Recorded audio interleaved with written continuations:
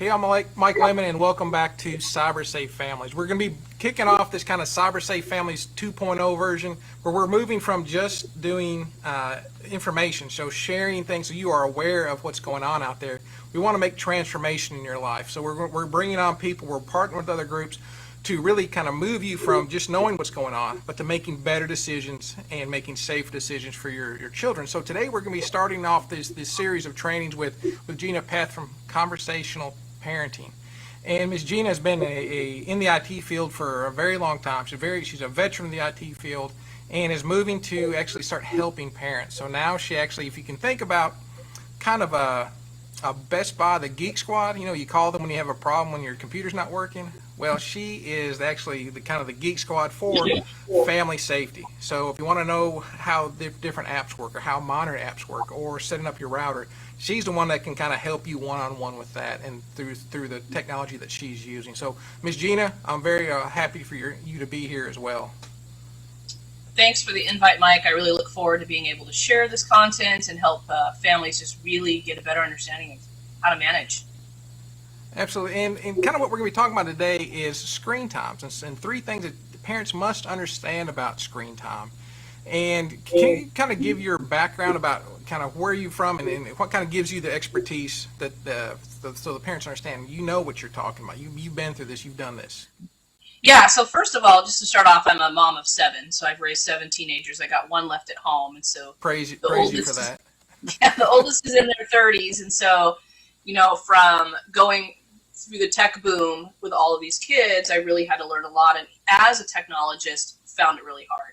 And so just learning different tricks and doing a lot of research, and 2 of my kids really got stuck in the mud of devices and device dependency that I knew I needed something different for my youngest. So I am now working with families all across the United States and even into the UK and to Canada, helping them understand all the layers of technology and where they can implement solutions to help families. So I help families from the very beginning, which we all hope we can get to, is the families that are just starting out, to the families that are completely desperate. Their kids are really overreacting with devices and having meltdowns or even self-harm because of a device addiction, and so I help them get back on track. So that's where I'm coming from. That's like I said, what you do. When I first kind of met you and find out what you're doing, I was like, that is awesome. That is so neat in what we do, and your knowledge is really helpful to parents, and the ability for you to help parents is, I don't know anyone else that does it, to be honest with you. you are the one. One of the things I do differently than others is I actually coach parents so they can set up this stuff and then maintain it. And then if they get stuck, they're always with me. They can come back and ask me questions. Technology changes. I give them the newest info I know on a consistency basis, but really giving them the ability to be brave and take on the tech and manage it in their home versus coming in and just fixing it for them. Yeah, that is awesome. Well, let's jump into the 3 things that every parent has to know. They must know about screen time. So there's some myths, right?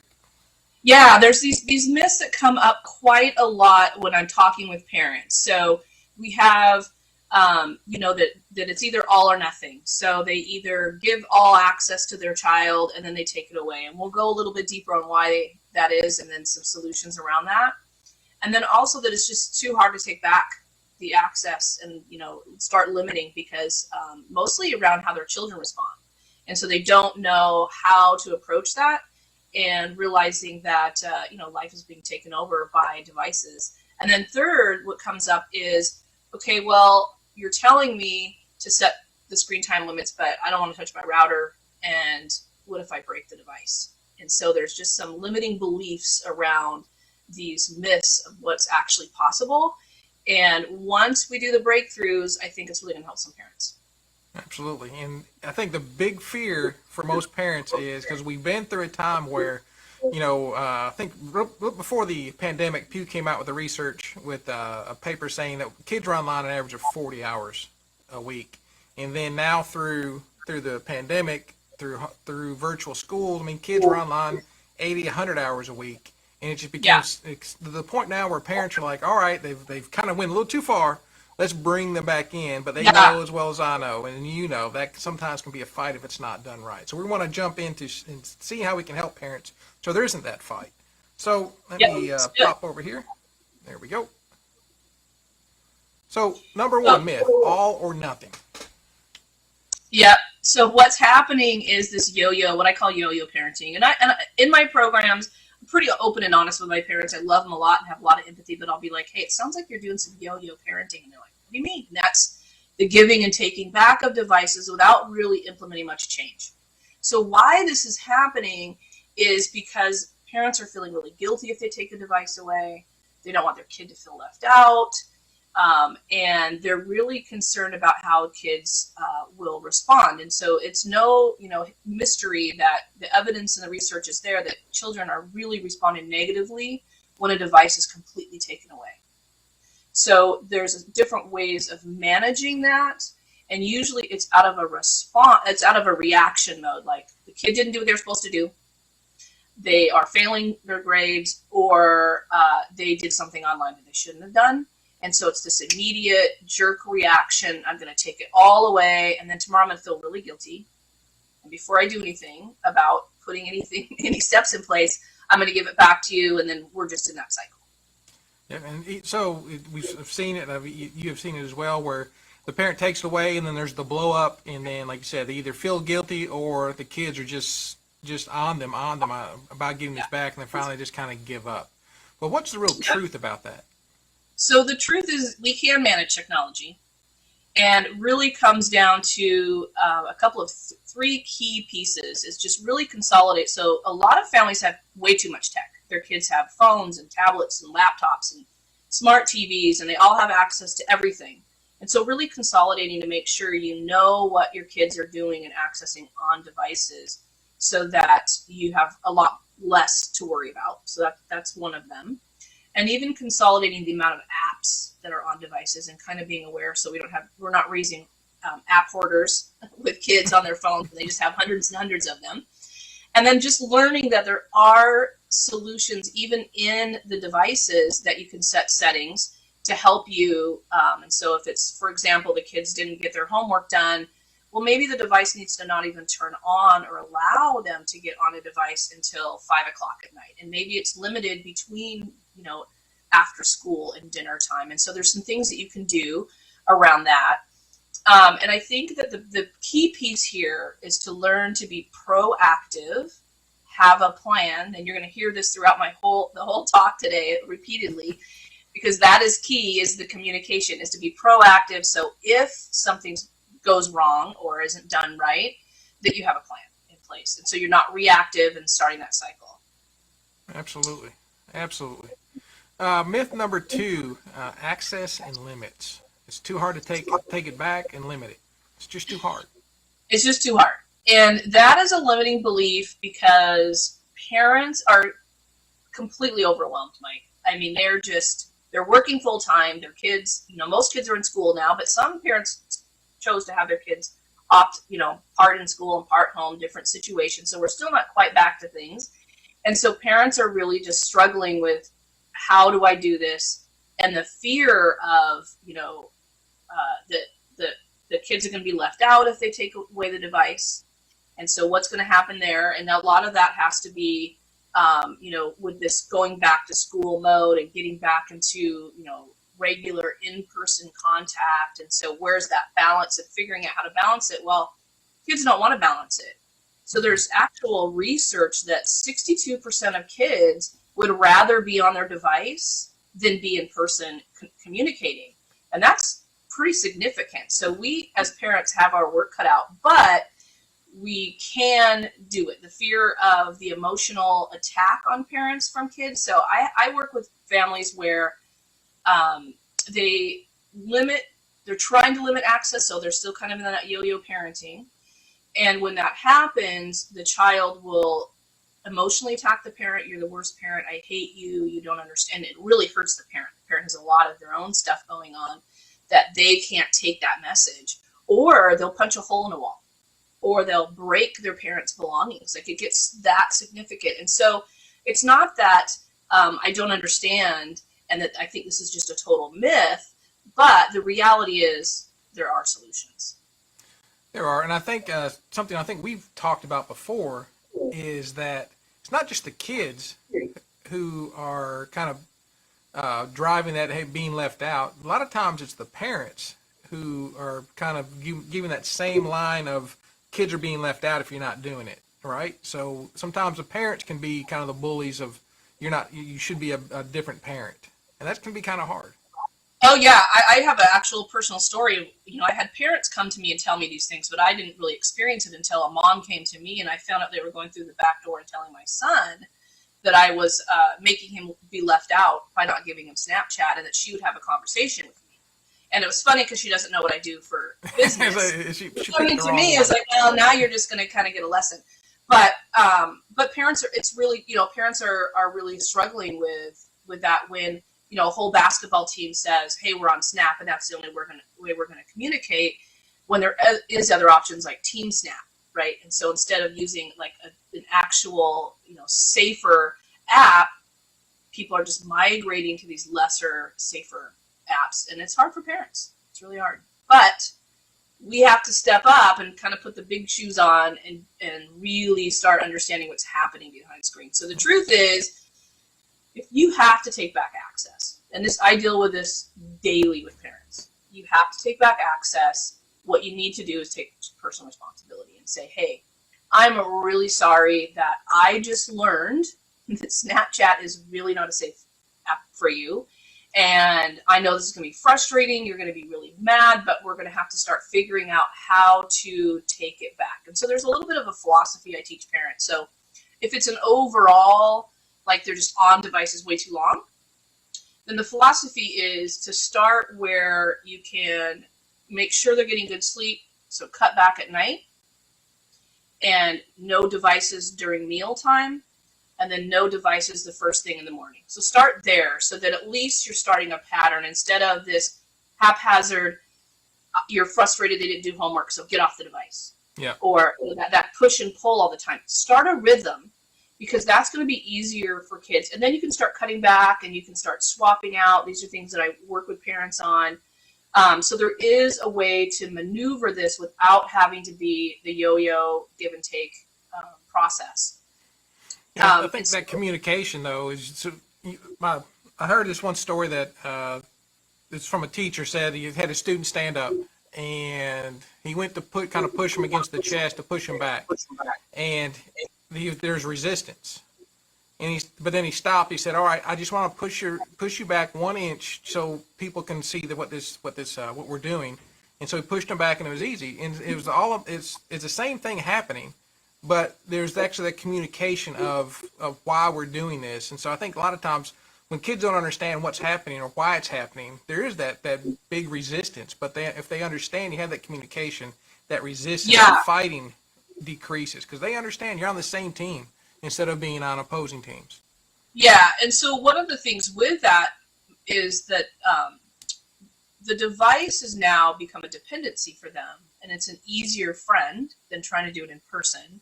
So what you're trying to replace to them is something very emotional and attached to them.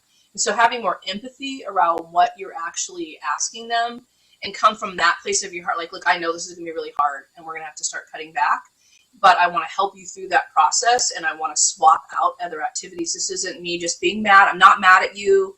I just really want a healthier life for you. It's a much better message than coming from a place of, dang it, you didn't do the dishes again, and you didn't take out the garbage, and then it's making it's connecting life and the dependency in a way that's not healthy, and it's not gonna solve the problem. Absolutely, absolutely. All right. Myth number 3. Let's talk about router. Can you explain first what a router is to someone who may not understand what it is? So a router, I actually have one. I use it for show and tell, so I'm just going to put it up real quick. Here is a router. It's just this black box. It's nothing scary. This is my old router. I use it for trainings just to help families even understand and kind of like get past the fear of a router. Most people don't realize that there are tools built into the router that helps from the internet from the outside of the house come into the house so that data can go back and forth onto devices. It's basically what it is. And there's technology built into the router that helps you compartmentalize different devices. So if you have a child or an adult, you can compartmentalize that. So that's what the router is. It's the Wi-Fi. It's the black box. Back in the day when we first had routers, you had to log into the computer and go through a bunch of steps to try to find anything, and it was really scary. And if you missed a number or something on the IP address, you would break it, and it was really kind of taboo. It's not that way anymore. But parents are afraid of it. They feel intimidated. They feel intimidated about even setting up the settings on the phones. They'll look at them. They have good intentions to do it, but then they start to panic. They don't want to really make somebody mad. The other thing is that there's so many choices. So there's the router, there's the setting, there's all these different software options and different apps that you can put on devices to help with time limits, with access limits, with healthy, managing healthy awareness of what kids are doing while they're online, all these different things. And so really it's the myth is it's just, I'm going to break something and it's just too hard. It's the mindset. So with the router, I mean, most parents, I think, understand kind of the settings on the phone and at least have an idea of the screen time setting, the setting you can use it during this time or that time. But the same thing can happen on the router, and that's, I think, the big thing is. And actually, if you're using a device that goes through that Wi-Fi, then that's really in my mind, the better place to do it, because that's kind of right before they hit the internet. And so you can have all these different settings and even say, hey, there's certain settings for this child, there's certain settings for that child, there's certain settings for mom and dad. And so the router is very, very important. But like I said, there can be a fear to even try to start getting into one or start messing with them. But what is the truth about it? So the truth is that it's so simplified now on how to manage a router. So almost every router, I don't think I've come across, well, there was one family that had a router that they did not have an app, and so they just upgraded and got a different router.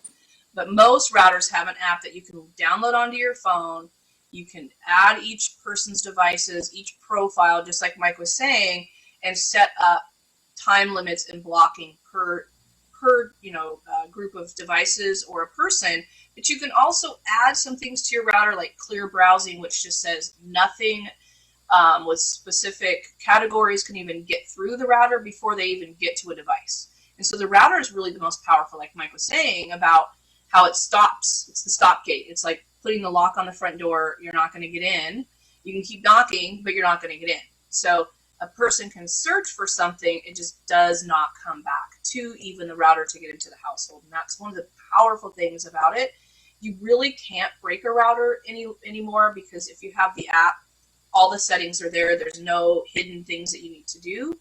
And a lot of times your service provider, the people that you're paying for the internet, they can even help you walk through that. And if you haven't, one thing I do recommend is if you have a router that's 3 to 5 years old, I would contact your ISP and say, hey, do you have any new router? They're not going to tell you this. So you want the newest, best, most upgraded routers, because they'll have the best apps available for you. So that's the thing about routers. The other thing too is I don't think that parents realize that even gaming systems have these solutions built in to where you can set up. Now here's the key.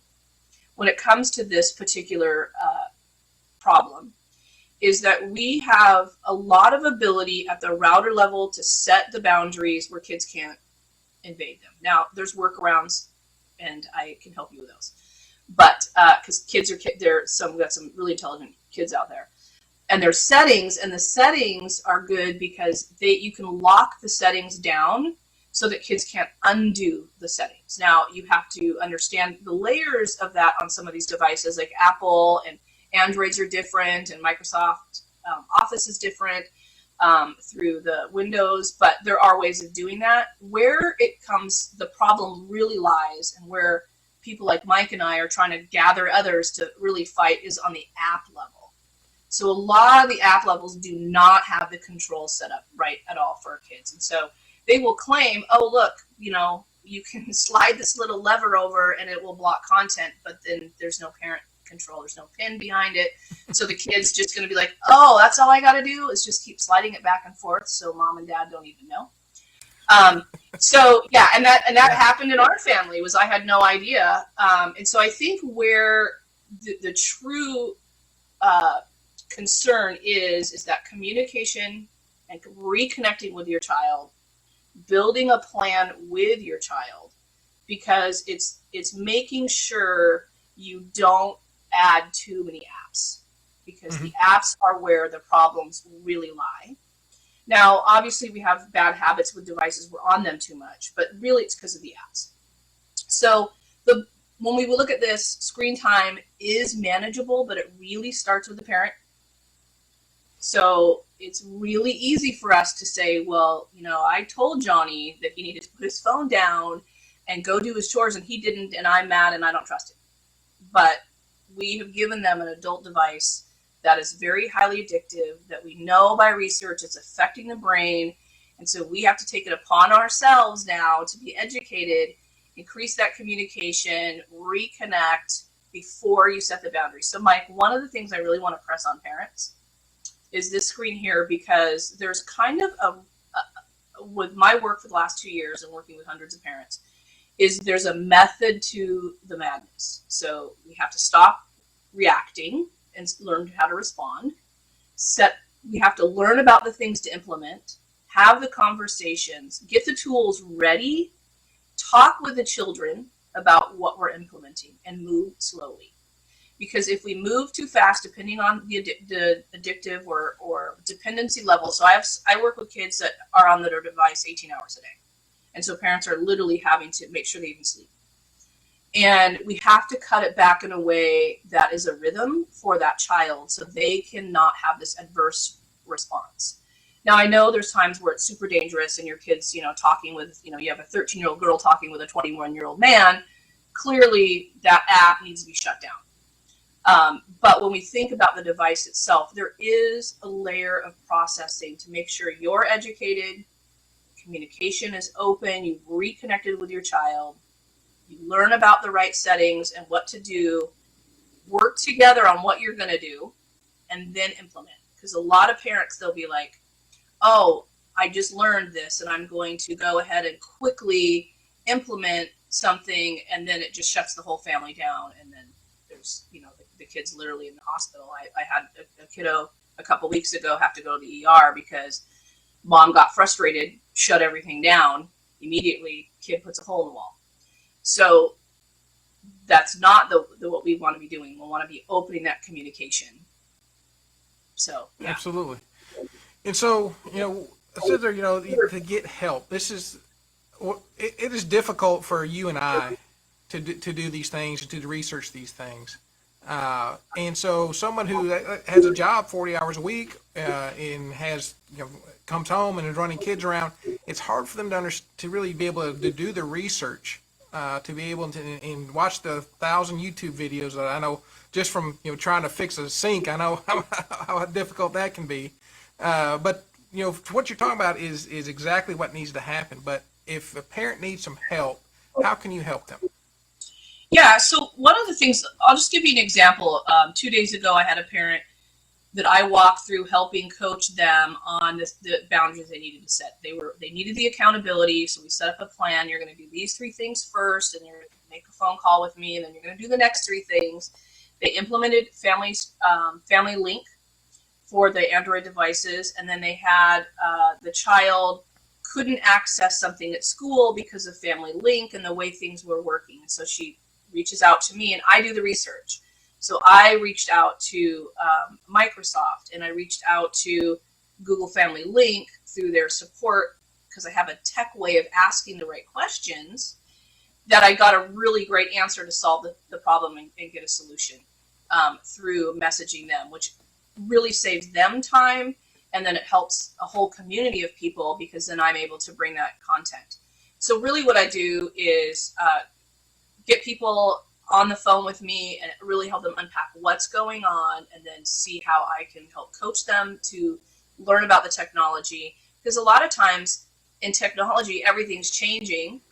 And so you'll find a YouTube video and you'll watch it and you'll realize it's outdated. It was from 2015 and your device doesn't even look like that anymore. And it's the wrong information and you just wasted time. where I can I have a whole library of content that I just immediately go to, and I can send people the information they need without having to do all that work on themselves. I was talking about the fixing the sink, and that's exactly what you said. It's just going through my mind. There's so much frustration watching it, going to the hardware store like 6 times. I'm like, if I'd have just had a plumber come in here, he'd have fixed this in 10 minutes, and I'd have been much happier. And that's kind of the same thing with you, is you can spend the time going through, looking up on the YouTube, doing all the research, or you can just call you, and you got a free 30-minute call, correct? Yep. That will help people get started. So we talk about all the different technology in your house and what the main concern is, and I'll give you the top 3 tips that you can usually do with what you already have. It's just understanding how to do it, what to do first. So on the tech part, and then I just make sure that you really reconnected with your kid. Because like I say, and I say this over and over and over, it's all about communication so that you don't have that reaction. And I think a lot of parents see the devices through their eyes and don't realize how attached it is to the child's brain. Your child's literally getting grooves in their brain development now as a disruptor because of these devices. And so there's a level of empathy we need to have, instead of that authoritarian, like, hey, you need to listen to me. I told you to put the device down. Like, the device is plugged into their dopamine stream, and now you're asking them to unplug a pleasure sensor. So there's better ways to do it, and I hope coach parents on the better ways to do that too. And it's so important. Like I said, the link down there on the screen, I dropped them in the post as well. And just like I said, with it's so much easier to get the pro in there and get it done right. So if you're a parent who's having these issues with your child has basically gone a little too far with technology, you're having those issues, and you want to kind of reel them back in a way that's not going to end up in a fight or a hole in the wall or going to the hospital, in a way that's actually going to kind of help you enjoy your child. Because I know how it is. When my kids get a little too much game time, they can get a little antsy, a little irritable. But when we cut that off, we all of a sudden, the kid that you raised, and like, oh, this kid I remember, they come back to you. And so absolutely. Have that time to be able to to have the family that you want. And a simple thing is just a phone call with Gena. And I've been in this field for almost 2 decades now, almost 20 years. And Bob has been in there a little bit longer than me. Art's been in there longer than me. And Gena is the only person I've ever seen do this. And so as she's already helped a couple hundred people. I expect her to be very booked up very soon. So if you have these issues and you want help, Gena is the one to walk you through these things. And so we've got a link down in the description, a link there on the screen. And Gena is doing something nobody else in the country or really the world I know of is doing, and so needed. Well, one thing I do want to add is that I've heard everything. So if you have a really difficult situation and you're hiding it out and you're not letting people know, I don't want that to be the myth of you can't tell anyone. So you can come to me and tell me what's going on. There's no judgment. I'm a judgment-free zone. I have empathy for you as a parent and where you're at. So please reach out if you need help. I'm here for it. Excellent. Like I said, she's going to be booked up pretty soon. She's going to be very soon. So, Gena, I appreciate you being here today, and definitely we'll have you on again, and we'll keep hitting these topics, and we'll be working towards the transformation for our families. Absolutely. It's good to be here. Thank you for the opportunity.